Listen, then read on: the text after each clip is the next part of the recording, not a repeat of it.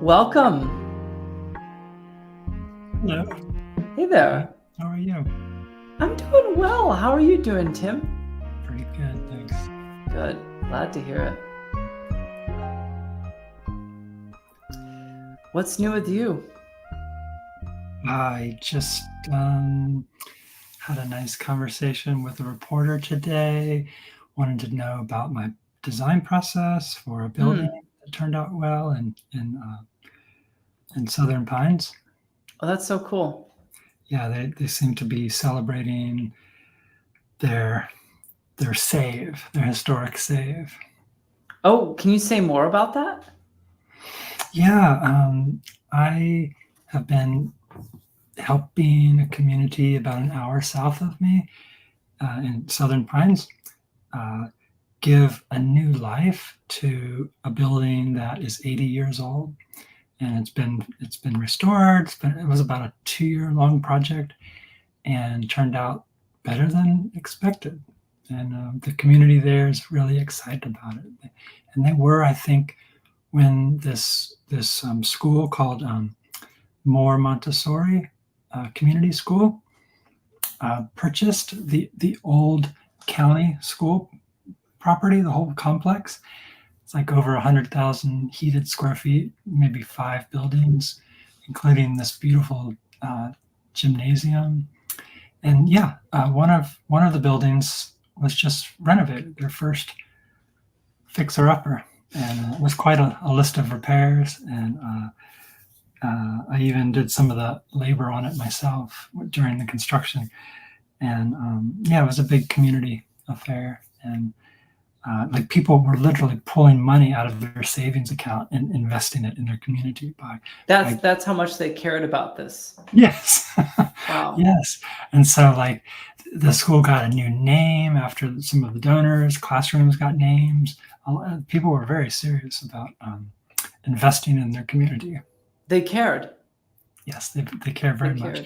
And I feel like I'm so excited about it because they're doing the future, like investing in community and education. And after this building, they want to start food gardens on campus and have the food feed the kids. There's probably 250 kids in this building, plus the rest of the campus. So yeah, there's probably like 500 kids. And if they could get everybody fed with, at least a third of their food basket grown on site, imagine getting the curriculum out into an outdoor learning environment and reconnecting kids to nature.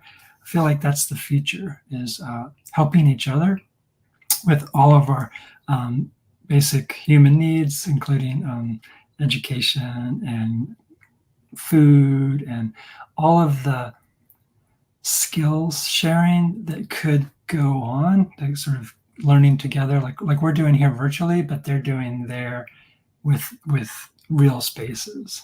So they're off and running now. And yeah, their community is excited. They hope to be like a regional teaching center for Montessori education. And I think a big part of it is natural learning outdoors. So yeah, really just thankful to be part of their story. Oh, yeah. That's really beautiful. And you've told me about it a lot. I recall you doing all that painting and helping out. And it's really cool to see that continue to grow and develop. And you mentioned passion before. So I want to talk about stuff we're passionate about. Namely, so we're going to try something new here. We're going to do a little bit of quick opening pitches here. We're going to try to take in some ideas that we're passionate about and explore a very, very short attempt, like an elevator pitch length thing. Do you want to start, Tim, or do you want me to start? You can go, because I need to think of a pitch. And I think you helped me by just asking how my day was, because now I could probably run with something like that. Mm-hmm. Okay, good. That's cool. And you see, we're just making this up as we go, right? Like, this is very whimsical. All right, I'm gonna see how efficient I can make my pitch. And everybody who's watching right now, this is very scary. I'm nervous, so we'll see how this goes. But let's see what happens. So, Tim, I'm hoping. I'd like to tell you about a thing I'm doing where instead of teaching people, let me just tell you, in school very often, you've probably seen situations where you've had teachers who have talked down to you and tried to explain things to you, but not necessarily engaged your intelligence, I imagine. And for me, that happened a lot in school. And I'd often find myself getting very bored and not being able to learn or be very engaged or feel like my ideas were even recognized. And what we're doing is we're teaching folks not by telling them things, but by putting the experiences that are critical in their hands so that we don't have to tell them what to say, because they'll have their own words and they'll share words together, and then they'll find the generalizations intellectually that give them the rules that they're seeking to understand to apply these things that they learn. And then finally they can use them and try them out. And I want to invite you to join me in teaching all of our comrades and friends and colleagues in this. What do you say? It sounds wonderful that I would be valued on this journey of learning, and I'm a little puzzled as to how we would be doing that. Like, are you talking about discovering or finding first sources of information? Well, that would be a great way to do it, right? Is to start with primary sources, because anybody who's deciding for themselves about a political issue or anything like that would need primary sources to do that. So I could bring primary sources? Yeah, you could bring, in fact, let's do it today. We could do it today. Brilliant. Thank you. I thought you'd never ask because I just happen to have some sources. Wonderful. Well, we'll be sharing. So, everybody will be sharing those later today. We're also. I should tell folks we're going to have a debate tonight. But I'm going to zip it up right now and let you talk for a second, and we'll come back to that. Well, I just had another clarifying question. Mm-hmm. How do we know if a source is legit? How do we know if a source is legit? Yeah, I mean, if we're all learning together, mm-hmm. Who decides what a valid source is? Do we just, is that part of the process too? Is that we evaluate the sources as we go? It's an interesting question, right? Because, like, for instance, Eleanor Duckworth says the only authority should be the subject itself. So when we think about that, like, what does that mean? When you just hear that the first time, what do you think that might mean?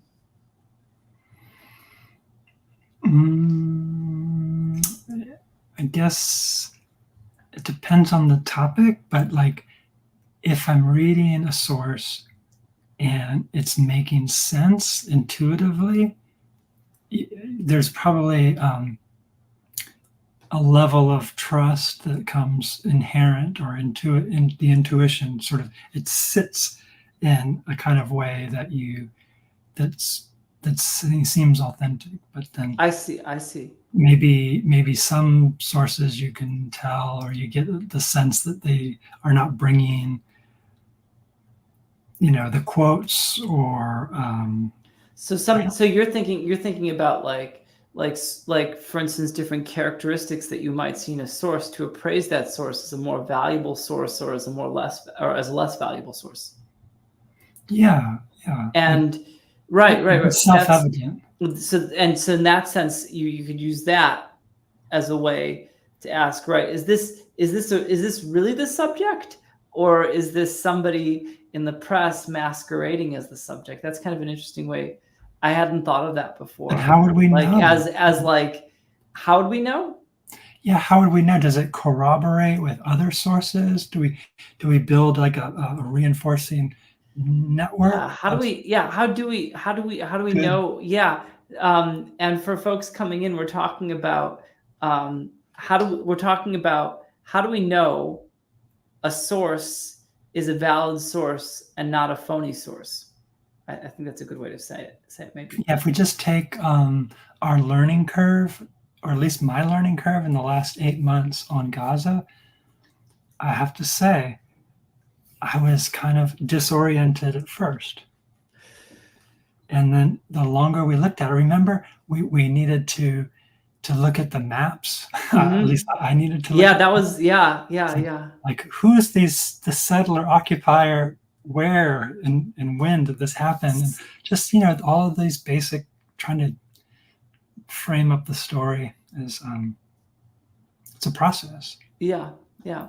So then there's this element of trying to imagine it as well. So you've talked about, on the one hand, this aspect of like, okay, I'm looking at my sources, and some of these have like weird text and stuff, and I don't know, like, or like the citations aren't great. One that I often see uh, is you'll see something sourced in a source, and it'll be like a nonprofit that doesn't have any affiliation with anything, and it kind of feels one-offy, and like, or like there's something going on where it's like, where it doesn't feel like it's anchoring to anything, like there may have been like this reference to a source, and you look up that original source and you don't quite find it, you find something similar. That's something Yeah, that often gives me pause um, in finding a source. And I also heard you say, too, that you were mentioning that there's this aspect, too, of like, when we have something we're considering, right? Like, there's a sense that it's actually that, like, that's actually part of this subject that we're learning about, and as opposed to being somebody trying to maybe tell a fake tale so they can get power, right? There's this power dynamic there, that like, if I lie, right, like, then I get power, possibly to do something that you would never agree to if you knew all the facts. So I can't let you know all the facts because I want this thing really badly.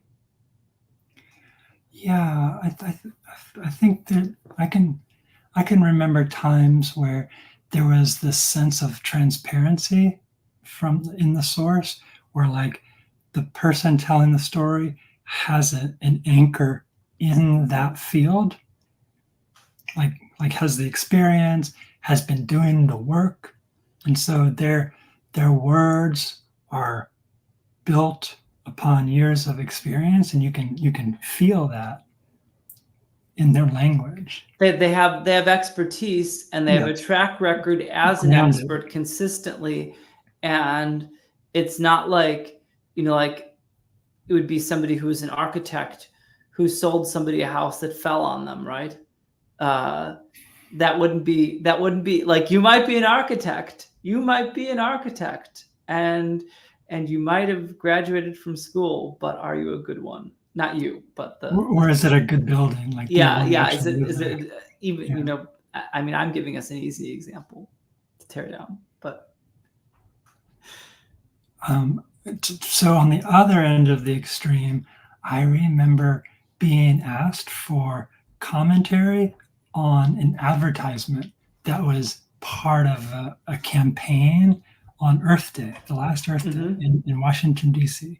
There was a group called Power the Future, and they were advocating for fossil fuel workers' well-being and their um, right to a job. And they were trying to say that on Earth Day, we are going to celebrate you guys, because we are so thankful to have our fossil fuel workers helping us live a modern life. And I was just like, what? Are you kidding? It's so hard being a miner, or somebody in the fracking industry. And I thought about the articles that we looked at with McKinsey. Remember the guy up on stage telling the story of saving his work partner from the depths of this pit where like the fumes were so bad?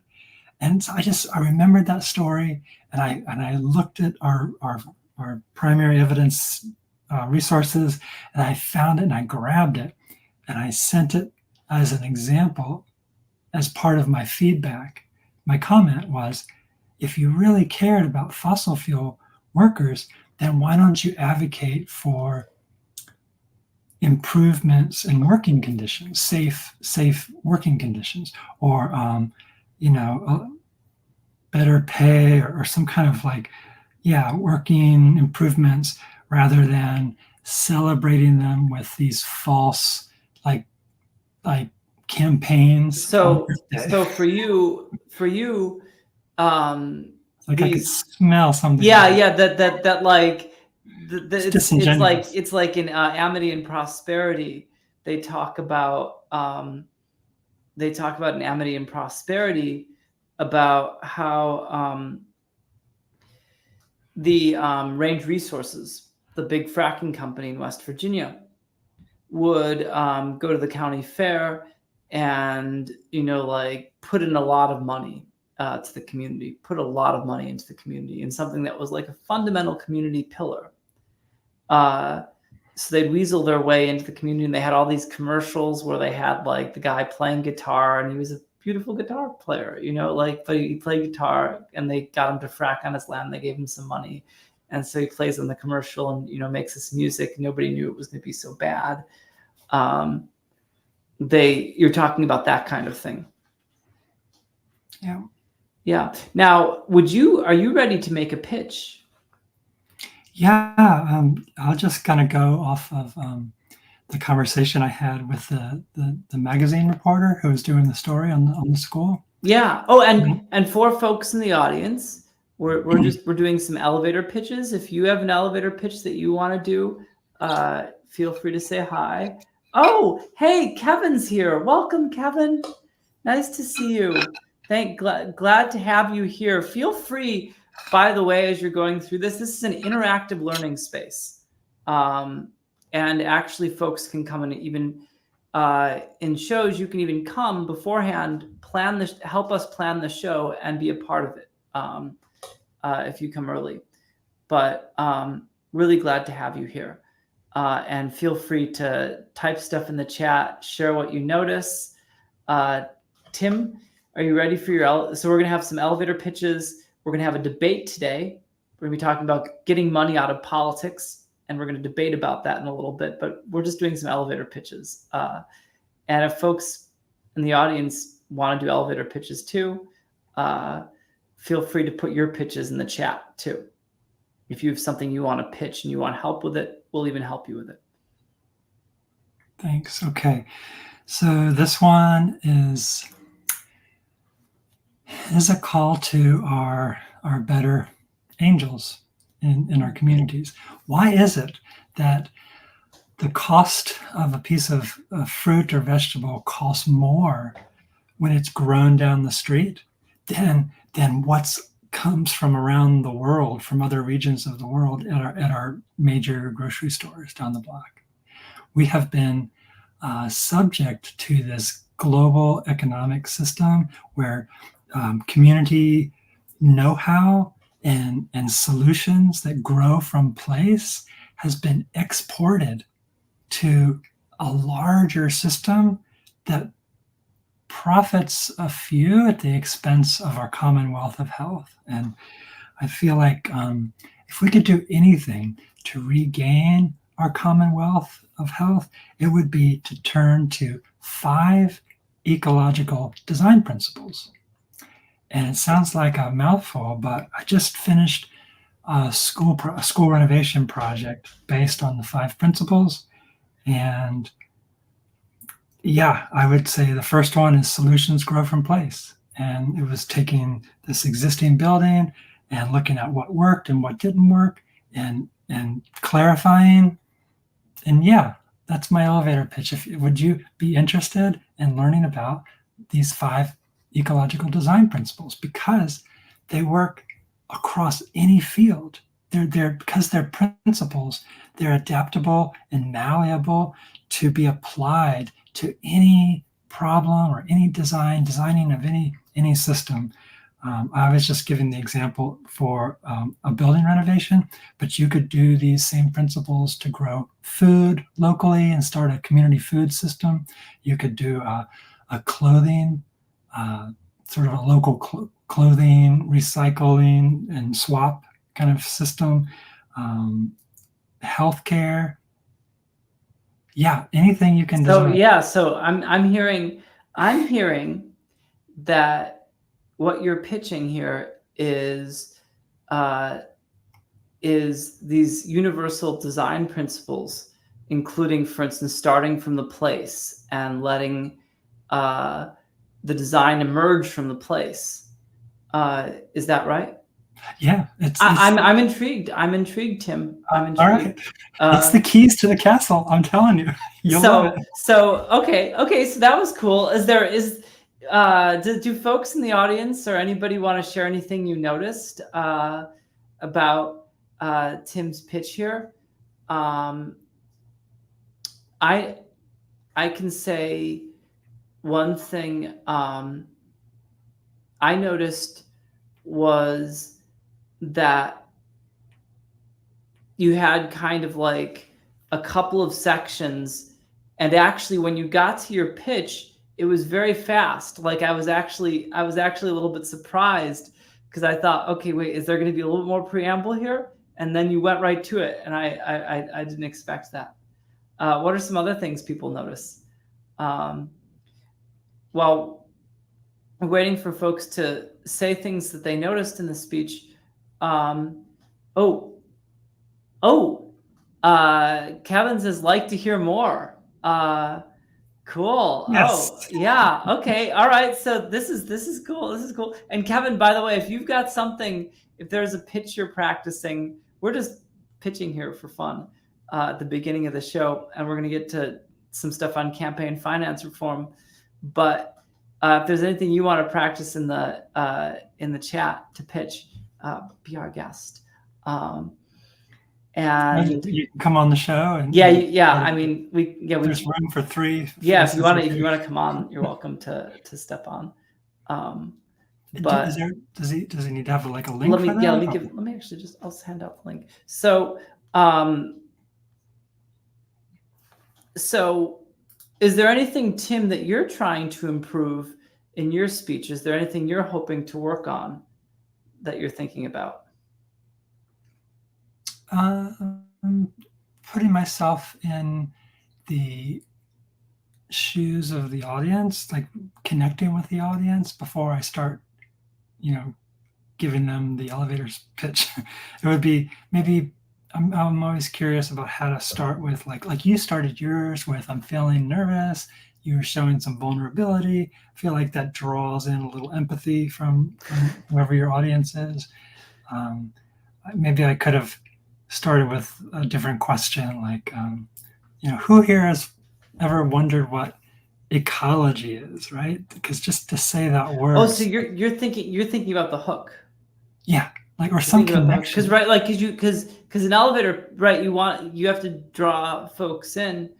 Start with a question. Yeah, simple question. Right, like if you were giving a longer talk, right? Like you might take a minute to try and give people that quick thing of like, okay, here's why this matters, right? And then and I would, to me, that we're a modern society that's been separated from our true nature, it seems like, and that when we talk about ecology, I always think of it as it's all about relationships. It would be like to rediscover our innate love of nature that we evolved with as a species, and that we used to be in tune with. The fact that we used to get our food and plant and medicine from the plants in our environment. Like we knew more about plants than we do right now about like movie stars and sports our sports heroes. It's like everybody can name, a corporate brand or a movie star or a musician that we love. But how many of us know where our food comes from? And which is why I started with the cost of food and yeah, just it's all about reconnecting to the source of what our true health and welfare is in our communities. I think you're muted. Yeah, for you, reconnecting to the deepest sources, the root sources, as opposed to having this kind of contrived manufacturing system that's designed to centralize so individuals can make large profits. And thank you, Kevin. Kevin says very important. And so you're seeing it as something that, I've lost my train of thought here, just as we were saying that. But now should we start going to campaign finance reform? We're almost at a half hour here, so I think because we're gonna need some time to debate a little bit. Talk about the agreements or anything. We could, yeah, we could just in fact, actually, let me just very, very, very briefly bring this up. Yeah, we have just a couple of little simple agreements here. I'm just going to share it from, we have like a form here, a Google form, and y'all are welcome to just take this form and use it. So if you want to use the form, we'll put the link in the chat. Let us know if that link's good. But yeah, we have a few things that we ask folks to just bear in mind, that as a community, these are things that matter to us. And do you want to take turns reading them out loud, Tim? Yeah. And this is all about learning together in a safe space that we create together. So and as we're going through these measures for purposeful harmony, I just want to say that as we go through these, feel free to share what you notice in the chat about each one of them. And you can start reading them now and sharing in the chat what you're noticing about them. Okay. Go ahead, Tim. Thanks. Yeah. So we agreed to co-facilitate a space where every idea gets its fair hearing. Yeah. Why might we care about that? Oh, because we wouldn't want to miss anyone's contribution. And what kind of wisdom that's in the community already. So yeah, understanding folks' contribution. One thing I think about on this one too is that we're also trying to make sure that everybody feels heard in the space. Yeah, inclusiveness. Yeah. Well, and just the notion that people in a learning space, very often they do their best work when somebody is hearing them. Oh, and Kevin, thank you so much. Thank you for agreeing and committing to them. That's really cool. Thank you. The next one is make sure everyone gets home with safety and integrity.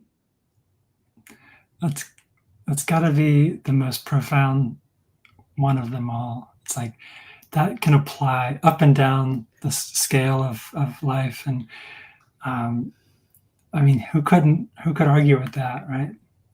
I mean, I think like this, if there's any space to argue with it, this is the best space, but because but no, I think it's such a profound one, and we worked hard on that one because there's a lot of tough stuff going on in this world right now. Do you want to read the next one? Yeah, but before we do, can I just say that what I love about this one is it applies to some of the biggest moral conflicts and the more arguments that we have going right now.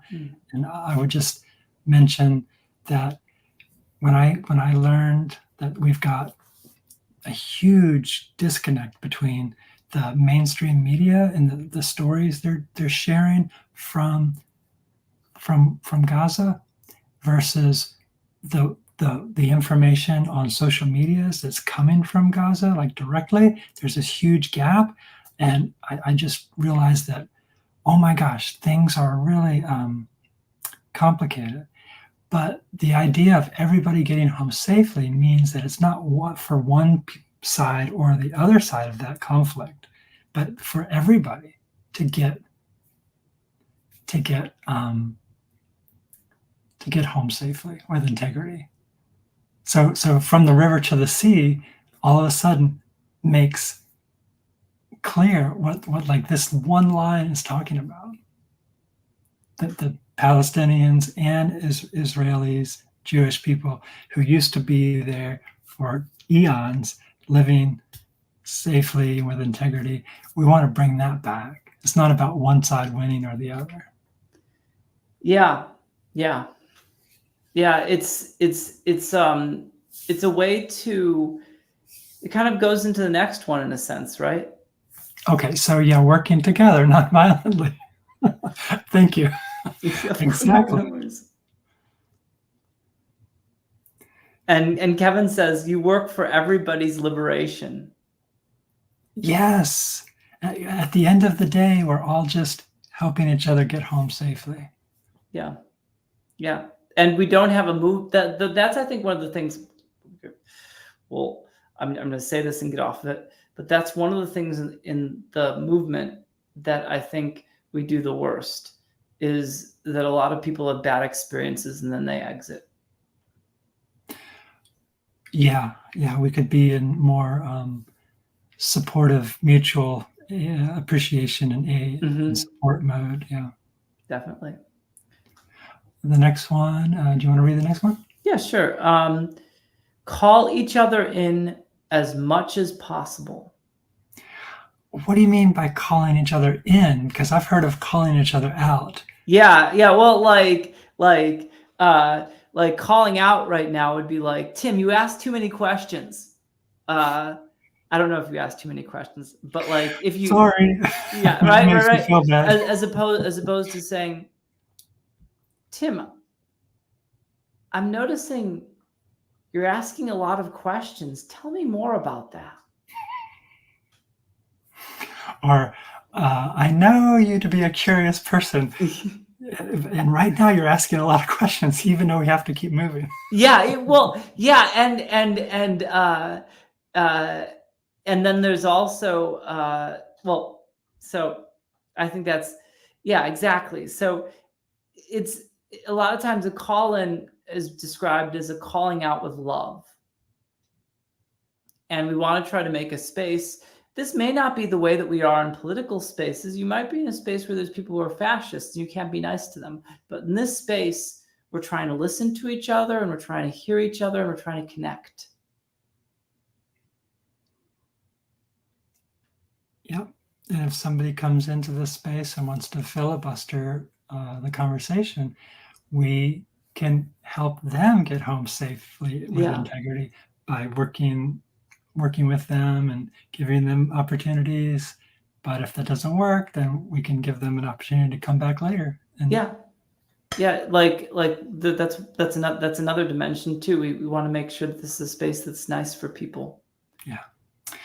Anyway, the next one would be listen first and practice at noticing what others think.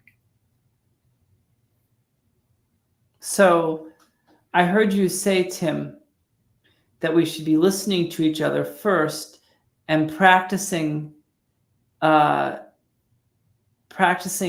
at recognizing the different things that other people think. That's a skill. I mean, because usually you come with something you want to say, so it's kind of hard. You're kind of waiting for your turn to say it, and that's sort of distracting from actually listening so that you can respond and maybe echo back what your partners are saying. But once you do that, the payoff is that that y'all are more connected, that we're more in resonance in the conversation, and yeah, hopefully. And I noticed you're really good at doing that. When there's a lot of people in the room, you're able to still facilitate a conversation in a direction while stopping and giving scaffolding to each participant by echoing back what they're saying to reinforce that. And if you get a positive response, then you take it to your point, which is just, it always is so impressive when you can sort of manage the giving and taking like that, and the coming and going of the exchange in a conversation. I can tell you've been doing this for a while. Thank you.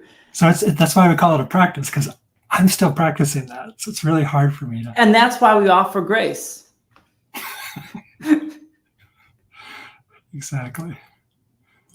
Oh yeah, no worries. Please make yourself at home. Enjoy yourself. You don't have to come into the room, but you're welcome to chat this way. Just commenting is plenty this is great. This is so much fun for us. Yeah, thank you. This makes it so rich. It really helps. Yeah.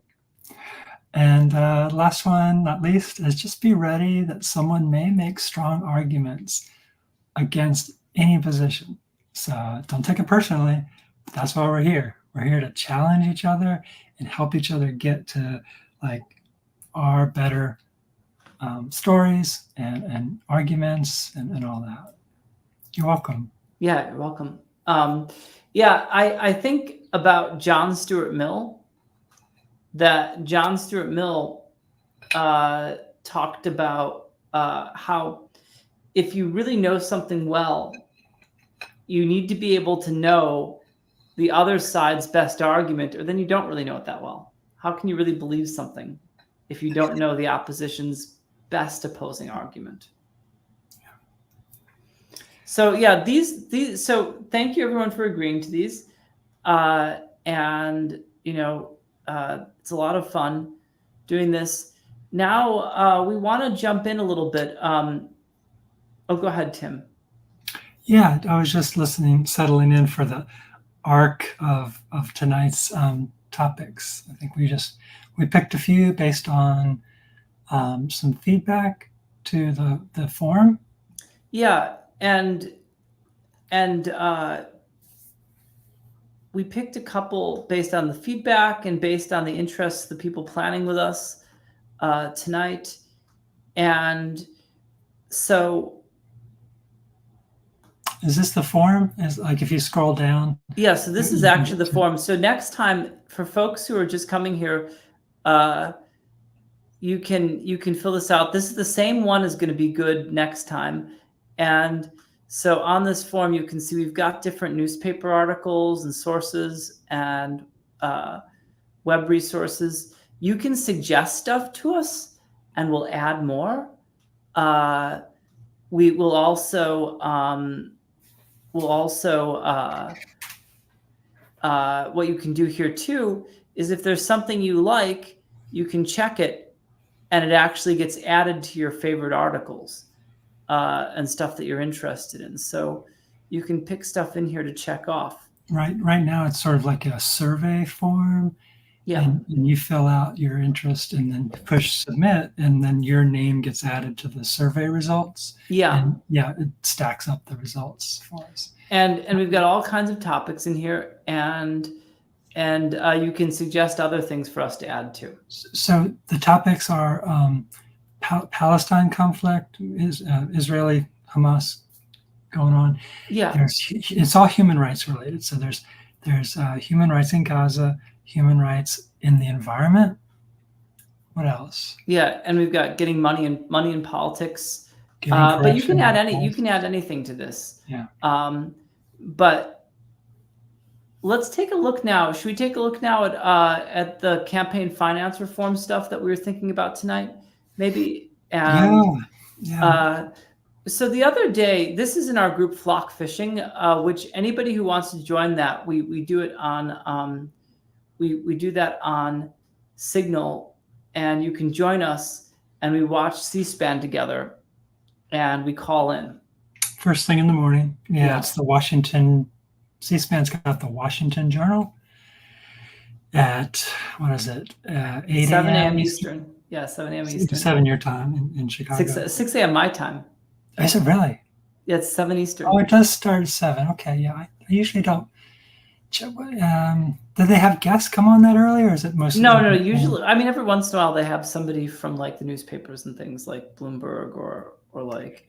But we have access to Congress people, think tanks, NGOs, all kinds of like people doing work in DC. Yeah, into C-SPAN. We do this every morning. Hey, Maple. Welcome, Maple. Yeah. If you want to join that group, Maple, I can get you signed up on it. We're just on Signal. It's in the morning. I don't know if if that will work for your night owl schedule. But the same group, we also look at primary sources in that group, and we share stuff like Democracy Now! Too. It's like hearing from the horse's mouth, because they're working on the law, or they're just kind of on some committee having to do with some issue. It could be a judge. And by the way, all the training we're doing in this space, you can go into this space and use all the communication skills you're developing to now use them to challenge your Congress people to do better. So ask us about it. I think let's see, because we've got 20 minutes left here. So we're going to look at a little bit of campaign finance reform stuff, and then Tim and I are going to have a debate. And we just mentioned that because this was a guest on the show, and then we tweeted to him afterwards and things like that. So it's very interactive. I'm learning so much. I'm so glad you turned me on to this program. So glad you joined us there. It's an exciting crew, and we've already made history in that space in small ways. It's all recorded. We're not going to explain ourselves, though. Ask us about it later. I do a combination of watchdog work and reform advocacy. Can you hear this? Can you turn it up a little bit? Yeah. Let me. It's a little bit low. Let's see. Compared to your voice, yeah. Oh, and Maple says, good for y'all. Think tanks are mostly like Winger if they access to MOCs, because we need campaign finance deletion. What's campaign finance deletion? Just getting rid of campaign finance? Or addition, maybe? Like editing? Let's see. Maple, you are welcome to come on the show. If you want to choose to, then you can just talk with us. It's easier. Yeah, you're welcome to. But let's see here. I think this clip is as loud as it's going to be. Okay. So on the watchdog side, my team and I look for... Oh, and by the way, for folks in the audience, as we're going, share what you're noticing. Like, as you're tuning into it, you might notice certain things, and feel free to put those into words and share them in the group. Like, we'll all be doing that, Tim and I too. Violations. Oh, Maple says, yep, no money in politics. Wouldn't that be nice?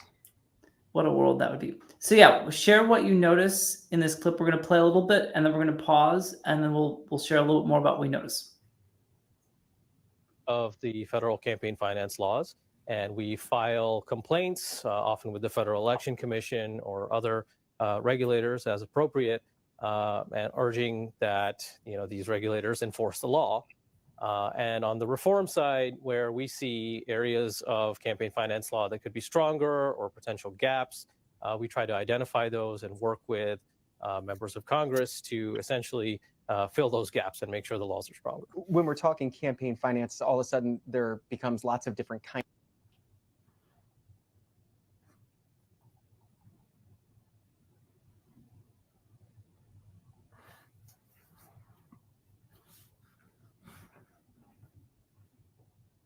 What are you noticing, BA? BA says, I'm noticing that they file complaints for regulations to enforce the law. Yeah, for regulators to enforce the law. Yeah. So they're like a watchdog group. Yeah, they're a watchdog group in one sense. Did anyone notice the other major aspect of what they do? Yeah, I noticed he said that we look for weaknesses or areas for improvement in campaign finance law, and then we advocate. We Yeah, they become were. advocates for, it's hard enough getting any work done, but if you've got a community who can support you, it's probably well appreciated, but I don't know. Yeah. So I'll play a little bit more now. Becomes lots of different kinds of money. Right. So some definitions. What is dark money? So dark money, it's not a term of art per se, but it refers to any kind of money spent on elections that is dark in terms of the voter's ability to know the source of the money, right? So essentially any money where you can't trace it back to who is trying to influence the election. One of the main vehicles for dark money is the 501c4, which is any type of entity that claims nonprofit status and therefore does not have to disclose its donors. These entities, despite claiming to be a nonprofit and essentially engaging in social welfare, they are actually able to spend money directly on elections. What are some of the biggest names of those kind of entities that viewers would know? Americans for Prosperity is a really long-running dark money nonprofit. Really, there's a whole bunch of them. There's one called Future. Should we stop it there? Because I think that's a good question. I think that's a great moment. Yeah. Like, how does he know about Americans from Prosperity? Like, does he have, as a watchdog group, does he got like bird dogs that sniff out the money somehow? Well, there's some actually really great history on this. So Jane Mayer has a wonderful book. I want to also share this. So this is, what do you notice here? That they're opening secrets. Yeah. Kevin says the Koch brothers. Yeah. Yep. Good reminder. Yep. They're like the grandfathers of dark or money. Koch brother now. Yeah. There's no more. David Koch was known for his Hugh Hefner style extravagant parties, and at the Aspen Institute, I'm sure. I don't know. No, there's a bust of the Koch Senior in the. Is that really in the lobby? He built the place. Wow, I didn't even. Look at there. I was wrong. I didn't even. No, know. if you read "Winners Take All" by Garrett Hanadas, yeah, talks about being a former Aspen fellow, and he says the whole thing is a sham. It's just a fake to give people in these think tank fields like governments and universities the illusion that they're making progress by having hard conversations with industry leaders, trying to bring them into, I don't know, reality and compliance with laws and stuff, and then their white papers just get put on the shelf. That's interesting. And I'm noticing Kevin pointed out prosperity. Noticing prosperity for who? Bingo. Yeah. What is it, Kevin, that makes you, when you look at this, what do you notice here? Like, this is, for instance, this is the top recipients, right? So Americans for Prosperity Action, Republican Party of Utah. Now, is this money that goes to these organizations? Yep. Ron DeSantis gets, from Americans for Prosperity, he gets $2,000 almost. And Maple points out, trips paid for SCOTUS baddies and CEO donations not filed to whomever are not traced. And much more dope is behind the scenes, under the table. Yeah, that was that was what I was talking about before. I've read her book Dark Money. What? She writes for the New Yorker. And yeah, Kevin says gaslighting the public. So this book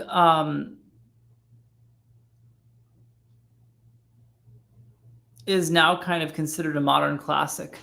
See, I've never heard of that. Yeah, and it's a long book. There's an audiobook of it too. That's great. Are you saying there's a lot of dark money to write about? There's a lot of rich people who are kind of like not mentally well, who are very influential, unfortunately. The research says the more money you have, the less empathy. Empathy goes down with wealth going up. Tim, we're getting into the last 10 minutes of the hour. Do we want to go a little bit longer for our debate?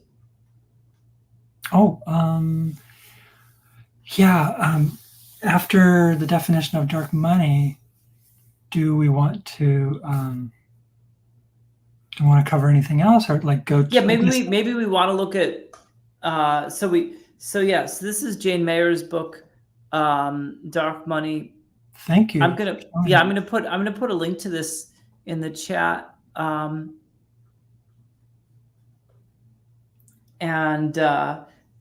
yeah, Kevin says have an ally to stay informed about his wife reading Jane Mayer. The book is very profound. In fact, Kevin, as I was driving home from the other day when I was driving back from Milwaukee, I actually passed by that big clock tower in Milwaukee. If you know the big clock tower, the Allen Bradley clock tower. I'll just show you all. That actually, there's a whole history with that, with dark money. I think they used to have like jazz bands play there while people were working, because it was like he was so opulent. But it's a lot of dark money has come from that place too, and she talks about it quite a bit. So I thought that was kind of cool that on the way back from Milwaukee recently, I was just thinking of that. So yeah, let's take a look. Okay, so we're going to come back to this for a second, and then we'll step back a little bit. Mr. Gush says that dark money is not illegal. That's true. So I guess that's what he's working on, is to try to get that exposed. Mm-hmm. And Maple says, Rev Mac in North Carolina says, baddies are addicted to the money, so cannot think straight or represent us. Like drug addicts, they need to keep making yacht and mansion payments. That drives their decisions / lives. That sounds right. Sadly. Yeah, it's an interesting thing, right? Because it's a systemic problem. And I actually find that a lot of people don't agree with me on this. But I don't really think that much about politicians, because I think it's really easy as a politician to give into the dark money. I just think it's very easy. And so we almost have to assume the system's going to do that. And like it's like, and I think people sometimes want to feel like, no, we should be able to like tell those jerks, like even worse, how wrong they are. And it's like for me, sometimes it's like, I mean, like, is it even fair, like a fair competition? Because like it makes it so easy for them to go that way. That's how I wonder about it sometimes. But then I still think we should call politicians out in public anyway, because I think it works. But you're so well connected. Do you know a politician who has a yacht, or who you could just say, oh, let's go down to the big spenders? I don't think. Yeah, Nader's Raiders. Oh my gosh, yes. We should. It's too bad Jay's not here this week. Jay's going to be here next week, but Jay writes for Nader's newspaper. And yeah, what a great group of academics and scholars, Nader's Raiders. Wow. So much better than corporate raiders. But we digress. Was there some source that we were going to connect with dark money? Did you say no labels, perhaps? Oh yeah. Well, there's a couple things we could look at. Yeah. I mean, we've looked at Jane Mayer now, so maybe what we should do. Let's think about this. So we need to think about. Let's finish with the Sourav Ghosh a little bit. Okay. And then maybe we can look if there's another source we want to take a look at. Yeah. And then we can maybe debate a little bit. Yeah, they're having a really great conversation about the definitions and about what his goals are as an organization. Yeah, let's keep going. Campaign Legal Center. So, yeah, let's take a look at what he has to say. And as we're going again, folks, share what you're noticing. It might seem obvious sometimes to you, but a lot of times if people are sharing what they're noticing, we'll all notice more. Election, they tend to have very opaque and obscure names. That's one of the ways in which switch screens. Oh, is it not? It's not coming up. You know what? I'm sorry. Just us. Yeah, no. I'm sorry. Excuse me, everyone. It's my bad. Social welfare, they are actually able to spend money directly on elections. What are some of the biggest names of those kind of entities that viewers would know? Americans for Prosperity is a really long-running dark money nonprofit. Really, there's a whole bunch of them. There's one called Future 45, supporting President Biden in this election. They tend to have very opaque and obscure names. That's one of the ways in which they operate. They essentially have a name that's easy to forget and doesn't mean a whole lot. Dark money, though, is not illegal. It's not illegal, no. It's just an area where transparency in our election process could be a lot stronger. And in fact, as you can imagine, that's one of the areas where we are often advocating that Congress should require disclosure of nonprofits that are spending money on elections. They should be required to disclose their donors. What is soft money? Soft money. So soft money, though it sounds the same, very different thing. Soft money is basically any money that doesn't comply with federal election laws. So the laws governing contribution limits, the prohibition on corporate contributions, the requirement that the money be disclosed on disclosure reports. Any money that doesn't comply with those requirements is what we refer to as soft money. What is the bigger problem, you think, in campaign finance today? The role of dark money and not enough transparency, or this soft money? I think dark money is probably the far bigger problem, because I think transparency about who is spending money to influence elections is really one of the bedrock principles of campaign finance law. Voters have a fundamental right to know who's spending money to try to influence their vote. And they have a right to know who's backing the candidates when they're evaluating their choices and deciding who they want to support politically. Dark money fundamentally undermines that right and ensures that a large amount of the election spending happening on our day-to-day lives is actually not disclosed. It's actually impossible for the average voter or reporter to know where that money is coming from. What are folks noticing in this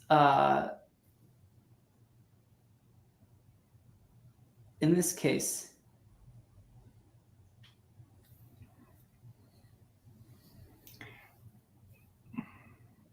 He's talking about what are the concepts he's talking about?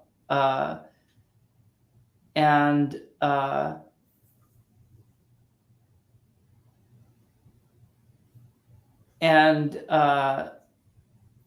yeah, you were saying, Tim, that soft money is corporate money that's disclosed and dark money is corporate money that's not disclosed. So you were making a little generalization from that. And is that right? I think. And Kevin says, noticing the guest is credible. Yeah. Yeah, he speaks in whole paragraphs. It's pretty amazing how well versed he is on these definitions right on the spot when you ask him. Yeah, and just as a side note, Maple's mentioning Nader got his starting funds for Raiders by suing his nemesis AutoCorp for an attractive woman they had stalk him for intimacy. He won, got a few million. Thank you. And that's a good story. I didn't realize that. That's cool. So we've got this. And he's also talking about how he made an evaluation. What's worse, dark money or soft money? Does anybody remember what his argument is? Do you remember what he argues when he's asked whether dark money or soft money is worse? I think he was saying dark money is the worst of the two because transparency is the bedrock of democracy, like to know who's trying to influence politicians. Yeah. Who may or may not be representing us, we the people. Yeah, so he thinks that the dark money is worse because it's less transparent. And yeah, Kevin says there's more dark money. Do folks agree with him, or do folks disagree, or do they have anything they'd add? I'm at the mercy of his expertise. I mean, I don't know. Yeah, better. I agree. I think that makes sense. Yeah. How would we know? Like if it was just, if we didn't have your experience in politics or in Washington nuances of how things work on the Hill, how would we double check this so-called primary source? Right. Well, I think part of what helps is the debate, right? The fact that there's different people who take different sides of a debate. And so when we look at the topic, when we look at all the people in the room, they're struggling with each other. And then we have to look at all the receipts that are involved. Yeah, and Kevin points out follow the money because you'll often see that there's a correlation between an interest, right? Like the people associated with the money are interested in something. They're incentivized to. And so okay, so let's think about what we want to debate tonight. Unless we want to do you want to take a look? We pulled up a clip of Hans von Spakovsky, and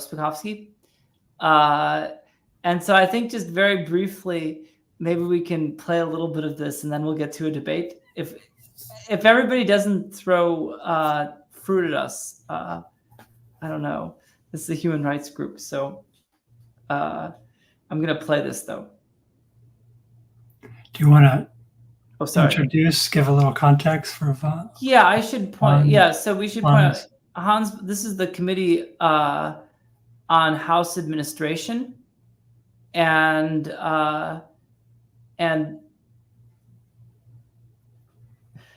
he's on the committee, or is he getting called in for questioning? So I believe he's been asked in by the Republicans, and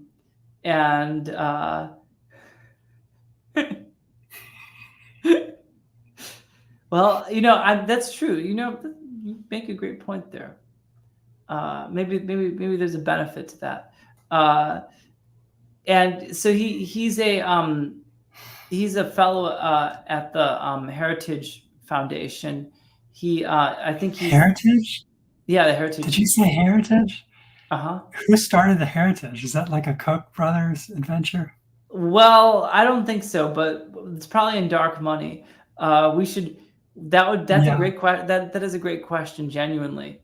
And we could explore that more. I would say, given that we're already a little bit close to time, if not over, we are over, which is fine. We might want to, yeah, Maple's saying Heritage goes back very bad. Yeah. So we'll research that for next time. Yeah, we're going to save that one, but that's a good question. So let's take it. So Hans von Spakovsky is he's kind of like the voter fraud. He runs the voter fraud database. I'm just going to show you this really quickly that the Heritage Foundation runs. So we don't have to count this right now, but if you look at this database here, you can see pretty quickly that it's about, in some elections, almost one person or two people per state. It's very few people. If you look at how many pages are in the database, there's only 79. And most of these pages have, I think, 20 to a page, maybe less than that. So it's not a lot of voter fraud, and this goes all the way back to the 90s.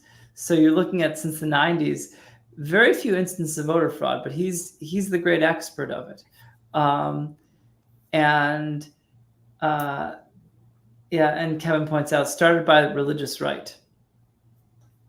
So I'm going to play a little bit of this, and then we're going to have a debate. And Tim, do you have a side you want to be on the debate for getting money out of politics? Gosh. I'm probably better at debating the bad guys in this situation. Okay. Okay, cool. So let's watch a little bit of this. Participate in our democratic process is one of the most important duties of Congress. That requires ensuring that aliens, both those here legally and illegally, are not unlawfully registering and voting, spending money to support or oppose candidates in state referenda, or distorting and diluting representation of citizens by being included in apportionment and redistricting. We know that aliens are registering and actually voting, although we don't know the extent of the problem, since the vast majority of states are not verifying citizenship. But the indicators that it's occurring are there, and it's important to understand that every vote by an alien voids the vote of a citizen. To verify the accuracy of voter registration data, state election officials should be given complete and easy access to the SAVE system that Secretary Byrd mentioned, but also to the E-Verify system. Federal courts obtain their lists of potential jurors from state election officials. When someone is not a U.S. citizen, they are excused from jury duty, yet the federal courts are not forwarding that information back to secretaries of state so they can take appropriate action. Congress needs to amend the NVRA to clarify that the NVRA does not prohibit states from requiring applicants to provide proof they are U.S. citizens. Congress also, because of its constitution,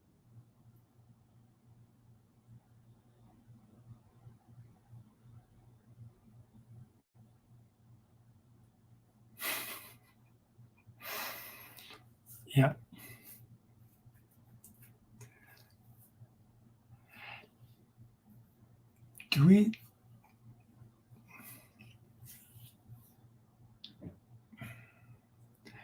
I'm noticing he has some grievances about voters. Oh, I think you're on mute. He's very concerned. Thank you. He's very concerned, right, with voter fraud. And is arguing that non-citizens are voting. Yet when you look at his database, how much data is there about non-citizens voting in the database? It's an interesting question. Going back 30 years. Yeah. What did you say? Like in the last election, in the last presidential election, I think it was something like 100 people potentially did voter fraud. Not every instance is somebody who was convicted, right? Like if you go by the convictions, the number drops significantly. Are you saying he's overpaid for something that's not a problem? So that he's overpaid for something that's not a problem. Yeah, he's working really hard on solving a problem that doesn't exist. Yeah, I would say so. Yeah. I mean, he's got a real problem. The problem is that his problem may not be the problem that the rest of us think it is. It might be some kind of problem of wanting to get his way and not liking the results of elections and democracy and majorities and things like that. But that he wants an older way in the world. I don't know. I'm not saying I know or read his mind. Well, I mean, could we go to wherever he's working from and see what their mission statement is? Is it clear that what their objective is? Yeah, so I mean, we could certainly go into that. Now, do we want to try to have a debate tonight a little bit? Or do we want to look at that? Maybe we do want to look at a little bit more about the Heritage Foundation and save the debate for next time. I'm inclined to debate a little bit too, or we could do both. I can tell you're ready to debate. Yeah, I'm excited. Yeah. I would not want to stop that from happening. Yeah, no, we should have the debate. Excited. We can try. I'm not. Yeah, I'm a little nervous about debating. Yeah, no, it's unfair because I know this issue really, really well, both sides. Yeah. Okay. So the audience favorite is debate. So all right, let's and folks in the audience, by the way, are there any other puzzles about campaign finance reform, about the stuff that we've been learning about tonight? Is there anything puzzling folks? In addition to the Heritage Foundation, or that's one puzzle. But are there any other puzzles for folks that they want to think about? Maybe we could think about after we debate. Think about it. You don't have to put anything in the chat yet, but as you're thinking about it, if you have ideas of stuff that's puzzling you about what we just learned about, because there's new stuff here, and we're exploring that together. So, are you going to take the side of getting money out of politics, and I'll take the side of keeping money in politics? Okay.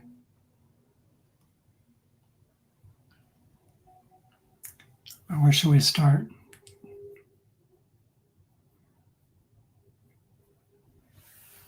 Where did you go? He's going to ambush me.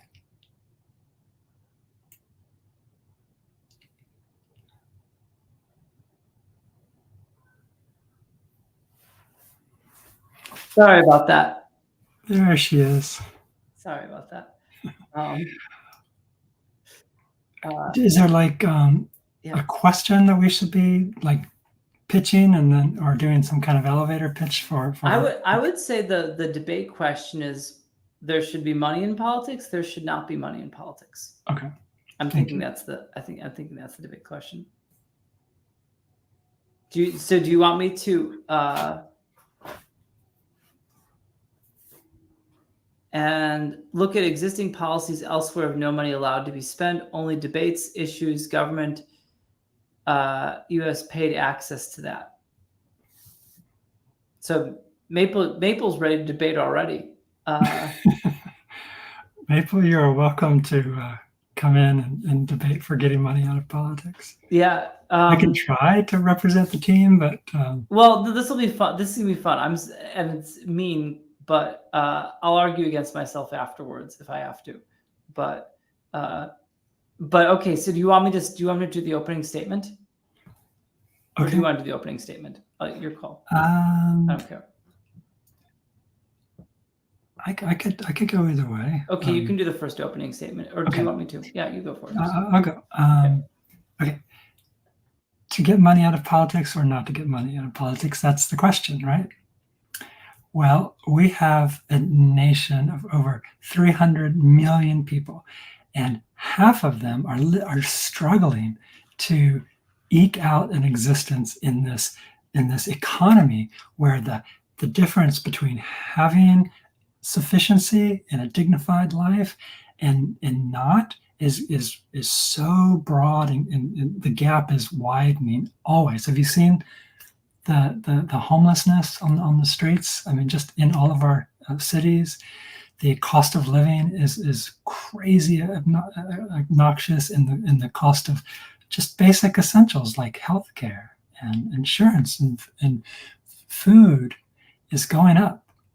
And you want to talk about money and politics? How about let's level the playing field by giving everybody access to deciding, or at least contributing to the vote, and having some say in how their lives are being affected by the rule makers, the people who are our quote unquote representatives. Like, if we don't have access to them because we can't afford it, then what's the point of democracy? I hear you saying that there are many poor people in this society who are disadvantaged, and then we have other people who have advantages and money, and they use that influence with their money to have a greater voice than the people who are more disadvantaged. Yeah. To you, I say, those people worked hard for that money. And who makes the rules that in an election people can't spend unlimited money? Isn't that a form of creativity and genius to let people use the resources they've earned themselves to spend that to carry out elections however they choose? I hear you saying that the people with the wealth in this country earned it, and therefore they deserve to have control over the lives of everyone, even those who couldn't figure out how to make money. Is that right? You're saying that I'm suggesting that the people didn't necessarily earn the money or have that money above other people. I'm saying they deserve it and they should have it. And why not have more representation? Well, if you're into having a democracy for the few who have the money, because we know that the wealth in this country is going more and more to just a few at the top.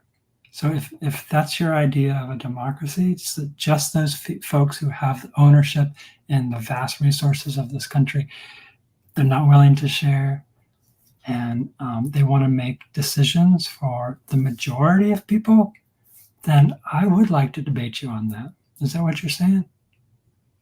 I will say something, but I'm going to put on a different hat for a second, and I'm just going to read what Maple said. 90% of high wealth did not earn it. They inherited it, never worked. I was going to get there. Yes, totally. Also, maybe do we, what we can also do is when we have these debates, we can throw sources in the chat too. But so am I saying we shouldn't have democracy? But we don't have a democracy. We have a republic. And so by having a republic, we understood that the individual people may not have the expertise to run the country. That's why you need the experts to run the country. and business people especially. I hear you saying that the people who know something about money should be trusted to run the country for all of us.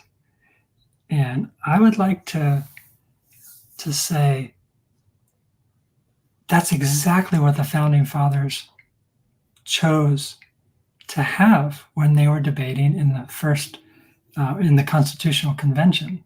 If you read the notes of James Madison, who was the only note taker in the convention, that wasn't published until way long after he died, but the historians said basically what you just stated was their argument, because they didn't trust the people with difficult, complex economic decisions with their money that they worked hard for. But let's think about that. The founding fathers had all the most property, the most slaves, they had the most wealth, and that's how they got to be the representatives from the 13 states, to represent the state at the Constitutional Convention. So you're saying you're basically in alignment with the founding documents of this country,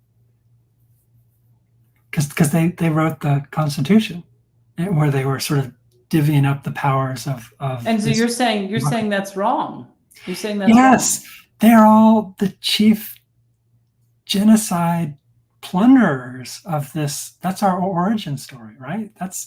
They're the European settlers that came and stole the land, and then they stole people from Africa, brought them over to the new land that they stole to work on the land, to build empires. And then when they had everything going their way, they wanted to be their own kings and not pay taxes to the crown. And that's why they needed to have a revolution. It wasn't about democracy. So I'm glad that you mentioned that, because that's one of the best kept secrets about this country. Everybody moves here because they think this is the land of the free. But if they only knew where it all started with this pathology of a few people in control of the lives of most of their countrymen.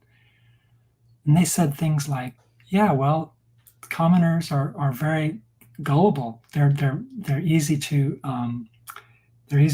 manipulate because we control the public narrative. So we can tell them whatever we want, and they won't know the difference. But if we really are serious about democracy, we ought to give ordinary people a chance to govern. What's wrong with a democracy for everyone? Because we've never had it. If we had democratic control of the production side of the economy, we could decide what is socially valuable and ecologically valuable to produce, rather than a few powerful companies deciding what they need to continue making their enormous profits at the expense of everyone. Social and ecological breakdown. So what you're saying is that by having everybody be involved, you're saying that you're going to get better results because there's more people involved. Yeah, exactly. Yeah, a name for that would be citizen assemblies, where you get a true representation of the population in your whatever define your citizen body. So, for example, at a local level, it could be a city council citizen assembly, but each citizen assembly could send representatives to a state legislative body assembly. But as long as we do the due diligence of the sortition process, to really close the gap between the assembly and the demographics of the citizen body that they're representing, we might actually come the closest we've ever come in our human story to real democracy. But it takes a lot of work. I think we can do it. Yeah, Kevin so says we'd have I to hear give you up talking about weapons. using the power of citizen juries to get things done that way too. I want to. I'm not going to argue anymore. Okay. Yeah. And yeah, Kevin says, notice two people listening to each other. I'm not going to argue anymore. I think this is a good debate.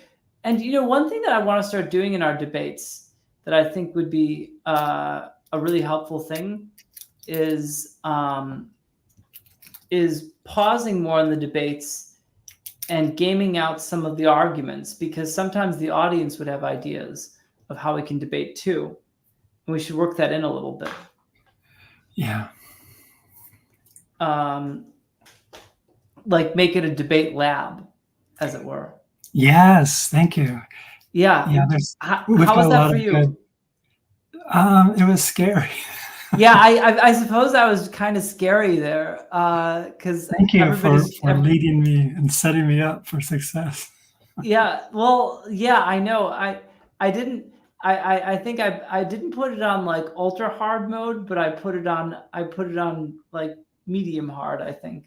But it challenged me too. I actually wondered, do you this maybe is a question for the group to think about and rewatch this video and take it under consideration. What could people, thank you, Kevin. Thank you. Thanks so much.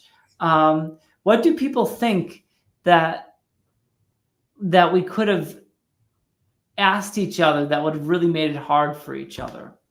Like what would have been something that I could have challenged you on, or you could have challenged me on? And we don't have to answer that, but if folks in the audience have ideas, let's have at them.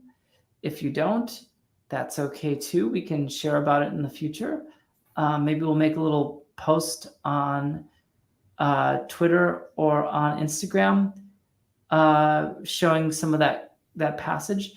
But yeah. Do we have a topic called debate in the Google form? Because I noticed we have. Yeah, we need to organize that more, because we can pick. They're broken out. Yeah, I would love to. It's an interesting question of like how we find that, right? Because sometimes what we debate is based partially just on what people are interested in debating. But that could, and we could always debate multiple things in breakout rooms too. Yeah, but if we're learning debate and we had a resource pile of debates that really are didactic in the sense that they have good principles to teach. Yeah, like we do actually have. Hassan. We do have some of those resources, so we could organize them. Yeah, and there's even that one with Bassif, where he goes back and really works hard and gets practiced on all the issues, and then comes back and debates really well. And he tells the story about how he prepared for the debate. So like that. Yeah, seems like a good resource. I've been looking for that one. Oh, do you want me to help you find that? Yeah, eventually, if we could put it on the list, that'd be great. Oh, definitely. Yeah. Maybe we can put like debate resources and just example debates. And don't forget the Jason Hickel and Garrett Hanadas's capitalism versus degrowth debate. That was a pretty good debate too, and it was very well moderated. I'm seeing here. Kevin says, noticed at times I agreed and disagreed with both of you. And just so you know, I wasn't arguing my actual position. Just so you all know. But that's cool. That's cool that that I was able to find even truth in a person who I don't even necessarily agree with. Yeah. That's interesting to think about. You know, what does the art of war say about that? About About knowing both sides well enough to like fight the debate, or like do battle before you start. Yeah, that I see what you're saying. Yeah, so like Sun Tzu would say that. Sun Tzu would say that you first what you do is you find victory for yourself, then you go to battle. No, thank you, Kevin. I figured it probably was, but I'm like it's scary debating the opposite side, but it's good for everybody. It's very good to debate the side you don't necessarily agree with, but it feels vulnerable in these political spaces. So anything else before we wrap up? I have a couple announcements I can make too, really quickly. Do you have that link for the event that you were going to share, Tim? I can get it and put it in here. Yeah. So just real quick before we wrap up, I just want to share about a couple of things. One thing is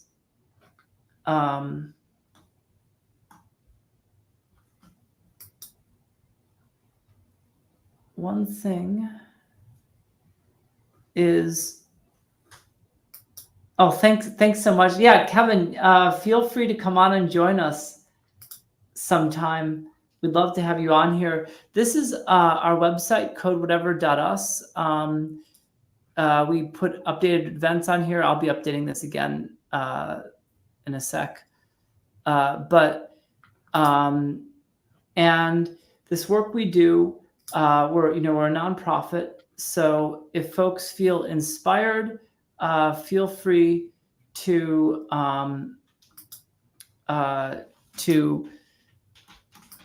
stop by our website and donate to our GoFundMe. Almost all the money that we take in goes to pay staff like Semi, and a little bit goes to overhead, but we have very low overhead, and helps out a lot. And then a few other, and then Tim, you've got this article here. Is there a link to this? I think it's down at the bottom. It's sort of a list of bullet points, and then there's a link. Let's see, can we pull out that link? Because I don't think the link's gotten there yet. Yeah, I think it's. Did the link make it in? The third one from the top. Oh, for some reason I only see two of them. Oh, it's kind of grayed out for some reason. Let me go back.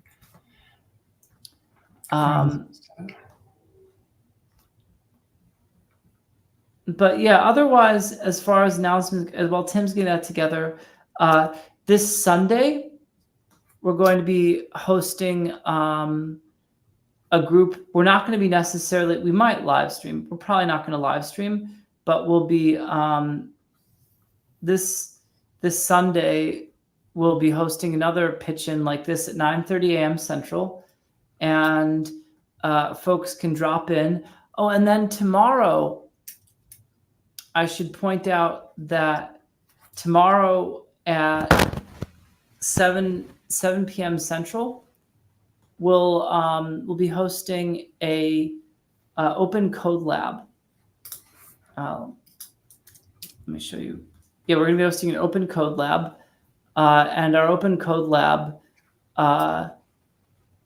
you can work on a website. You can ask questions about Python, JavaScript, all sorts of things.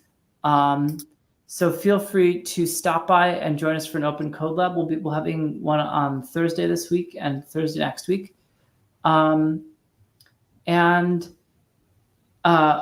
Too bad you're working on Sunday, but thank you so much for coming tonight. It's really great having you here. Okay. Yeah. I got the announcement in the private chat. It's stuck there, but it wouldn't stick in the comments. Oh, okay. Let me see if I can just copy. I'm going to copy the Zoom link. How about that? Thanks. So this is the Zoom link for what Tim shared. It's called in the chat. it's called International Uprising Against Our Murderous Governments. And it's a series. It's and just so folks know, Code Whatever is not currently yet endorsing events. We're inviting folks to learn about them, but we're not necessarily saying we endorse any events yet, because we're a new nonprofit. But we encourage you to check this out. Right. I mean, we're just giving people opportunities to learn and make their own decisions. Right. Well, and so what this is see like, what's in the community for different community groups and things for human rights. Right. And it's not to say that we wouldn't endorse this in the future necessarily either. Yeah. I wish that I had the bandwidth to pay more attention to the different offerings going around. Like there's labor movements and social movements. I primarily stick around the climate movement and the Palestinian freedom movement. And so I'm pretty full by the time I'm doing work and then kids. And then there's between the local Palestine rallies and political visit days where we lobby, educate Congress about the laws that are going through local state legislature. It's a lot, but there's so much going on, and we really need to unify if possible. So, if we can form like a diversity collection of like-minded people, that we can take what we're learning here about human rights and get it connected into our networks of folks who are maybe in other spaces that we're not here. Like we can sort of form a collective kind of move. It's all goes. Well, we've got to build solidarity. Yes. We've got to build solidarity. And Kevin says, take care of yourself. I am. No, it's a passion to live in a way that try to align values to the work. And there's just so much work to be done, and all forms of repression are related. And it's really exciting because I'm looking at both of these, climate movement and the Palestinian liberation movement, and I'm seeing the same drivers and I'm seeing the same patterns, and it's all hopefully gonna pay off one day. And it's gonna have some resonance and some some opening of secrets. Thank you. Yeah, no, thank you. I mean, it's very, very, this has been exciting. And we've gotten a lot done tonight. I want to, thanks, Kevin. I want to just ask folks one last question as we're winding up here and we're finishing up, which is, do you have, what are you going to do, or what's your disposition, or what do you hope is the next great leverage that you have looking forward to advancing human rights? And feel free to answer that in the audience. Feel free to answer that, Tim. I'm glad to answer too. Do you want to start, or do you want me to? And I see Maple says, MVP fighters locked down to pipeline equipment with Free Palestine banners. So for you, that's the big Maple. For you, that's the big next leverage point. Yeah, we'll have their heads spinning before they know it. These empire managers will be like, I don't even know how to control the narrative anymore. They're just connecting all the dots. I thought we were the people that did all that intersectionality stuff, deregulation, and keeping people divided and gaslit, conquered. Now all of a sudden they're working together. They're locking themselves onto pipelines for the Palestinian struggle. I give up.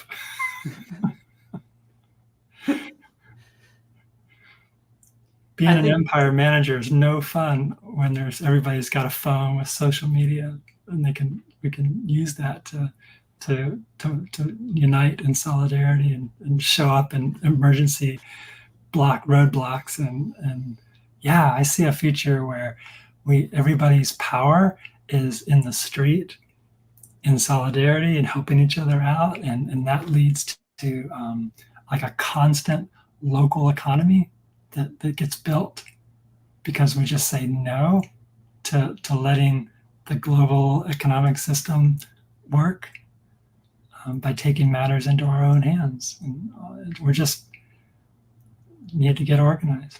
And so this is all just practice, I feel like. Yeah. For me, I think the next big piece of leverage that I see for myself is, and Kevin says beautiful. The next big piece of leverage I see for myself is doing this work we're doing right now.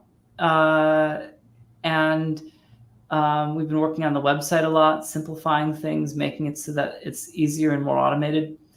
And there's a number of things we're doing right now. And like, for instance, organizing all the marketing and media for this, that takes a little bit of time, and we work on it very, very hard. And so a lot of that, it's like there's all these little pieces that we've been bringing together for months and months and months, and now we're trying to harmonize it and bring it all into one motion, one breath, one. Do you think it'll scale up?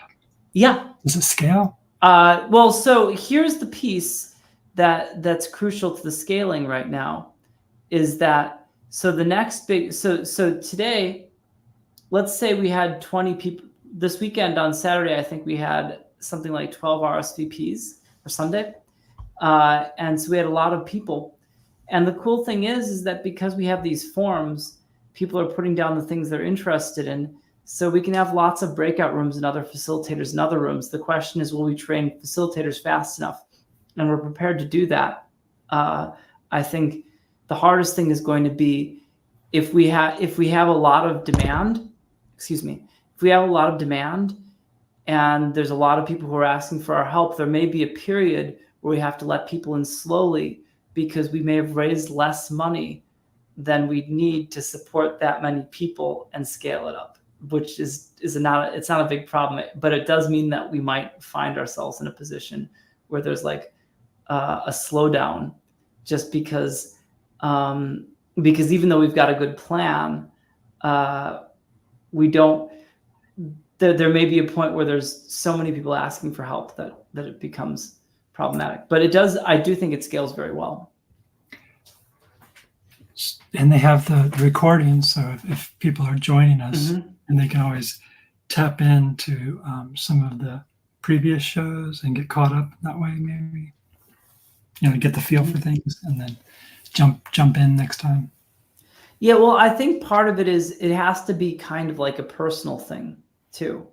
Like the training has to be personal, which is why we're doing the Zoom sessions before the live streams, because we'd rather get the folks in the Zoom sessions before the live stream, because even if you come into the show and you're not, like, let's say somebody comes in and they're just trying to say their truth and they make a fool of themselves on the show, if we have the Zoom session, we can give them a practice ahead of time so that they can actually work their ideas out and express themselves in a way that they're proud of. Because we want everybody to get home safely and with integrity and to be satisfied with what they're doing, to be proud of what we do. Yeah. So I think that Zoom piece before the stream helps a lot. Yeah, there's something to be said for being together and learning. Yeah, no, it's beautiful. Practicing together, yeah. Yeah. So yeah, check out that link in the private chat. I don't know if you were able to get the Zoom link. I pasted it into the Zoom. Okay. Great. That starts, the first one's tomorrow. And let's see. It's going to go on for like a month. Oh, very cool. Very cool. Well, and then, yeah, tomorrow also we have the code lab too at 7. but the other thing looks really good.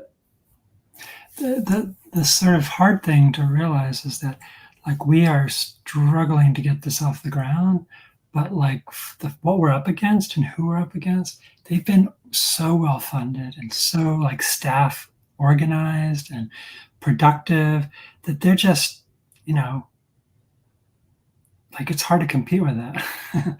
Well, I don't think it's so hard to compete with it. It's just a David and Goliath situation. Right. You know, like if we could get an actual audience with them and have a debate, for example, it would not be hard to compete.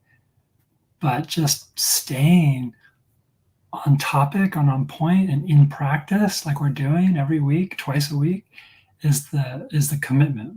Yeah. But if everybody were committed to this project, it would be like raising democracy up from a human rights foundational that I don't think we've ever had. Yeah, I think the real chance now is this opportunity we have to not only help each other learn, but to set ourselves up to be expert debaters, so that we don't let these people get away with what they've been getting away with, so that we're ready with the best argument against injustice, and that we come ready with that. You said coming ready. Yeah, coming. Prince Hamlet says, "The readiness is all." And Maple says, "My political home is National Caucus of DSA, Democratic Socialists, Marxist Unity," and Kevin says, "You're doing awesome work." Yeah. Thank you. And Maple says, "Our goal is to change the Constitution to a true democratic republic, and for DSA to cease backing any candidates, MOCs, and be a partyist org." Training on civil rights. Yeah, and that's another, there we go, training on civil rights. Yeah, the two are so intimately linked, human rights and civil rights. Yeah. Oh, thank you. Yeah. Now this has been a great evening, and we couldn't have done it without all the lovely people in the audience who are participating with us, and thank you so much, Tim, for organizing this with me this week, and for Kevin, for Iad, and for Maple. Thank you so much. And we'll see some of you on Sunday, and we'll see some of you on Wednesday, and we'll see you all in between too. Thank you so much, everyone. Thank you, Pierre. Oh, thank you, Tim. It's been great. Pleasure as always. Thank you. Good night. Great night.